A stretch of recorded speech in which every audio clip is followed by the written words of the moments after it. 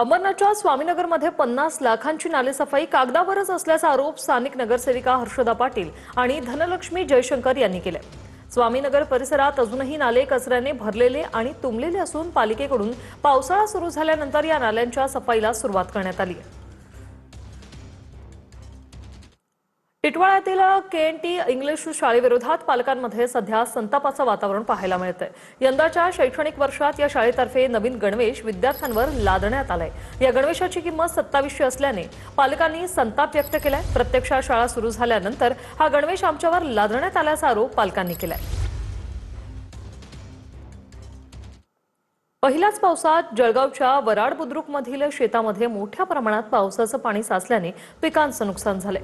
कापूस पीक पाण्याखाली गेले। लवकरात लवकर नुकसान भरपाई मिळावी अशी मागणी शेतकऱ्यांनी केली। लासलगाव जवळील ब्राह्मण गावात वादळी पावसामुळे शेतकऱ्यांच्या घरासह विहिरींचं मोठं नुकसान झालंय। वादळी वाऱ्याच्या जोरदार तडाख्यामुळे घरावरील पत्रे उडून गेले। तसंच घरांमध्ये साठवून ठेवलेल्या 20 ते 25 गोण्यांमधील गहू पावसाच्या पाण्यामुळे भिजून गेलाय।